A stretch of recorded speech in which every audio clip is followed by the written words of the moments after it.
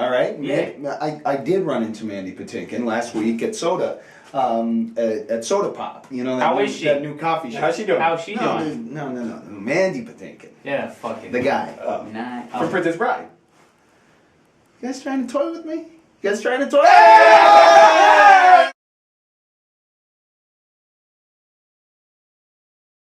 It's me, Dick Simmons, Bill Joel, and Bono tearing it up at the Cocoa Club.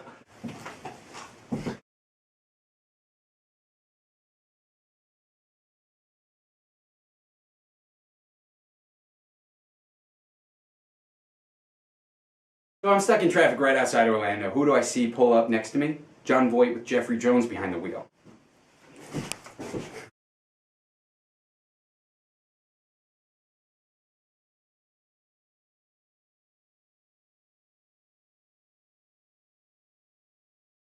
Gina Davis and Dickie Dreyfuss are trying to organize a game of charades at the Belvedere Suite.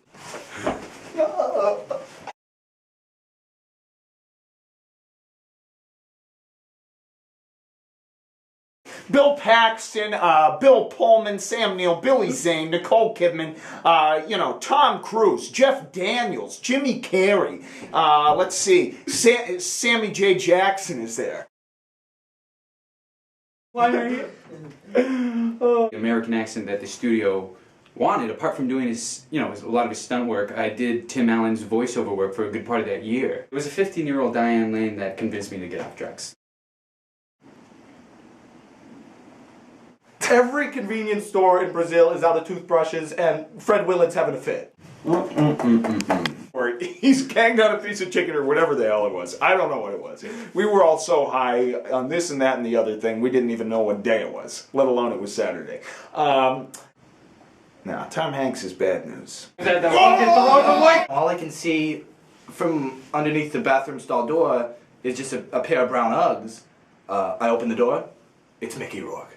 For a small period of time, since we were always together, either down at the elevator lounge at 20K, which used to be on 34th and Malt, a lot of people thought there was 3 Quaid brothers. No, Dan DeVito, Dan DeVito comes up to me. He wants to star in another Arnold Schwarzenegger movie, or whatever they call it. It's a duet. For real. For real.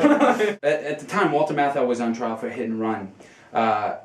Later in the year, he released the film Hit and Run. Glenn Close has this great walk-in closet. Harry Ford built it for her, as a birthday present. And I'm looking in there and trying to find a place to put my shoes. There's this shadowy figure. I'm looking at him. I'm like, what the hell is this guy? It's Rutger Hauer. God bless you people. God. You gotta understand, it's 1994. Everybody's kid has Gary Sinise on their lunchbox. To his credit, though, in his defense, he is a real piece of shit. So he's got that going for him. Yeah. Paul Simon? Whew. Lovely Paul. Sean Penn and Kevin Bacon got so drunk. When we learned that Bill Macy passed on, I remember Tony Danza turned to me and he said, "How can I compete with that?" Oh, God. Oh, gee. It was Timmy Curry and Rick Springfield. Oh, geez, this goes way back. Timmy Curry and Rick Springfield in the back of a cab, trying as hard as they can to get to Times Square before the ball dropped. A big name that you may or may not be aware of. Chevy Chase. Good friend of mine. Phil Hartman died of a broken heart. A big name that you guys may have heard, you might not have heard. Alex Baldwin. He's a good friend. If you were doing cocaine in 1973, it was probably coming from Road Dogg. As long as it works out for the both of us, Bill Paxton will usually come by my house in the middle of the week. We'll go for a drive. Cocoa Club! When we left, only one person left in the house. Ed Harris, relighting a joint on the porch. Kathy O'Hara singles me out of the crowd. She comes up to me. She looks me dead in the eye. She goes, "I want to fuck you. Not today, not tomorrow, not yesterday, not the day after yesterday. Right now. All right?" And what do you say to Kathy? She's a very commanding presence. Adam Sandler had just been filming Anger Management with Jack Nicholson. Well, his dad is Jack to us. It's the kind of dirty stuff that Dickie Clark turned me on to. It's me, Tom Selleck, and Jeremy Irons. We ended up taking the next exit and got ourselves some breakfast. Keep in mind, it's just afternoon, and we get breakfast.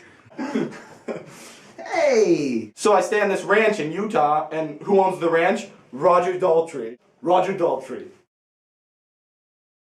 Beetlejuice came out, you know, and we all sat around and watched it. It was New Year's Day.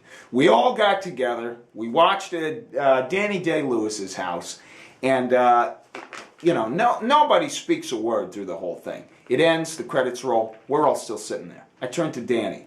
There's tears rolling down his face. You know, and I think for all of us, we're like, all right, it's time to step up our game here. Mikey Keaton has set the precedent. It's a new age, and it truly was. You know, that's when the whole thing started to shift. At the time, no one believed that Eric Stoltz was diabetic. But I'm stuck in West Hollywood babysitting a very young and well-mannered Topher Grace. All the time. It was almost tradition. You know, it's the tail end of '87. And no, I take that back. I'm sorry. It was New Year's Day, 1988, and I'm looking myself in the mirror, and I'm just mouthing the words over and over. You know, William Hurt is gone. You know, not coming back. An hour into 1983, and I'm telling Ernie Hudson, please put the gun down. So what can you tell us about Ray Liotta? Crybaby Ray? I haven't spoken to him for 10 years. Dickie Dreyfuss and me, we're staying at the, you know, we're staying above the Cocoa Club for an extended stay, you know. You know, Dickie's been happily married, you know, 5 times. He's been happily married for 25 unconsecutive years. Anyway, we always seem to have fun with that. You know, for years in the early 90s, I thought that Woody Harrelson, my good friend, and Matt McConaughey were the same person.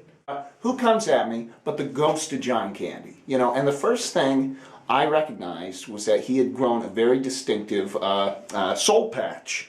Last time I saw Bill Macy. Mace?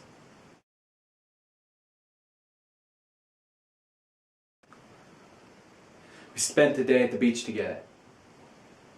He asked me, Judge Reinhold, to bury him up to his neck for sunset. Yeah, that's all I'm going to say about that. Can we... Hey, you guys flew me out here, and I just... Yeah, I thought we were going to be talking about, you know, the good old days. We just want a little more information about the Bill Macy story, so if you could just kind of tell us a little Bill bit Macy, he didn't do anybody, you know, any harm, so I don't know why we got to beat this into the ground. Half Moon Tuesdays at the Candyland Ranch. You know, for a brief moment in time, Dickie Dreyfuss was Stevie Spielberg's golden child until I think Steve woke up and realized, what the... Harry Steenburgen was being boisterous. You know what's funny?